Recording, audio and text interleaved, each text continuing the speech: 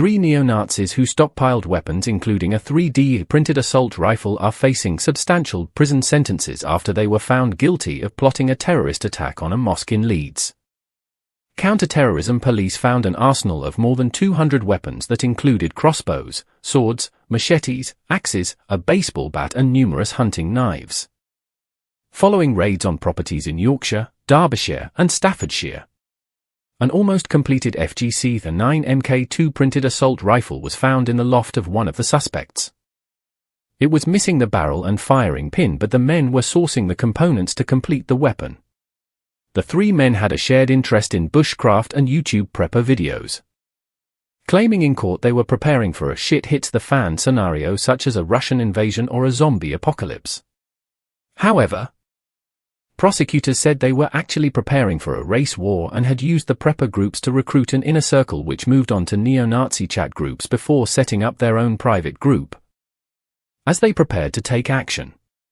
Detective Chief Superintendent James Dunkerley, head of counter-terrorism policing North East, said that self-styled militant online group espoused vile racist views and took real-world steps to plan and prepare for carrying out an attack on innocent citizens. Bithan David, head of the Crown Prosecution Service's Counter-Terrorism Division, said that the 3D printed firearm could have been used to devastating consequences if it had been completed. The group was infiltrated by an undercover officer, and on the 5th of January last year, Brogan Stewart messaged the officer on the encrypted Telegram app, telling him he was disillusioned with other far-right groups that just sit around and talk. "I want to get my own group together because action speaks louder than words," he added.